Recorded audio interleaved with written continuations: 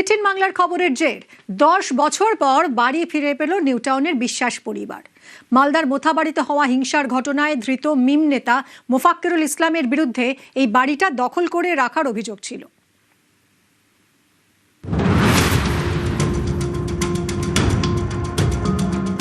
New টাউনের action area 1-এর তারুলিয়া এই সেই তিনতলা বাড়ি, যে বাড়িটি দখল করে রাখার অভিযোগ ছিল মোফাক্কেরুল ইসলামের বিরুদ্ধে। গত এপ্রিলে মালদার মোথাবাড়িতে এসআইআর এর কাজে গিয়ে আক্রান্ত হন বিচারকরা।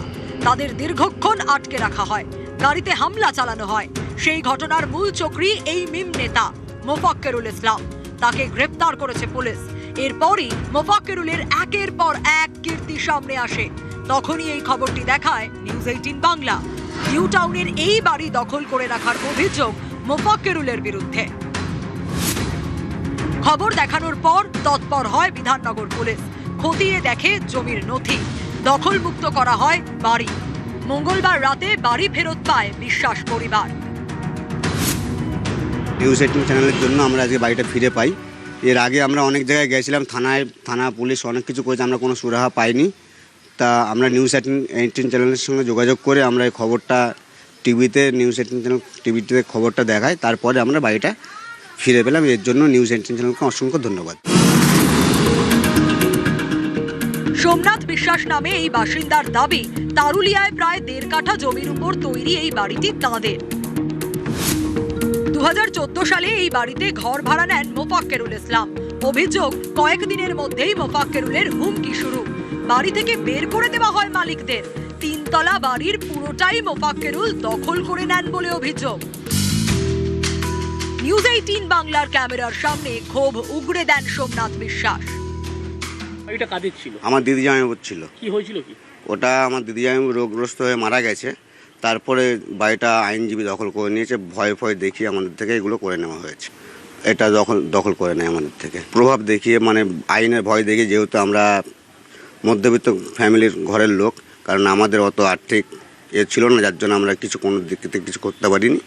আমাদের থেকে দখল করে নেওয়া হয়। কোর্টে দেখে মানে হুমকি দিয়েছিল, আমাদেরকে অনেক প্রকারের হুমকি দিয়েছিল। না, আমাদেরকে মানে ঘরটা খালি করে দিতে বললো।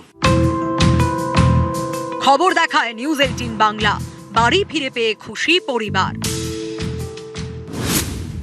ওনাদের জন্য আমরা বাড়িটা ফিরে পাই 10 বছর পরে। ভালো লাগছে খুব। চ্যানেলে ধন্যবাদ, আনন্দ, খুশি, ভালো। নিউজ 18 চ্যানেলকে অনেক অনেক ধন্যবাদ জানাই, কারণ আপনাদের জন্যই আমরা আজকে আমাদের এই বাড়িটি ফেরত পেয়েছি বিগত 10 বছর পরে।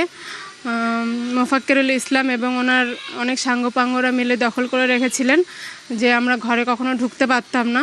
আমার বৃদ্ধ মা এখানে ওখানে ঘুরে বেড়াতো, কোনো থাকার জায়গা ছিল না।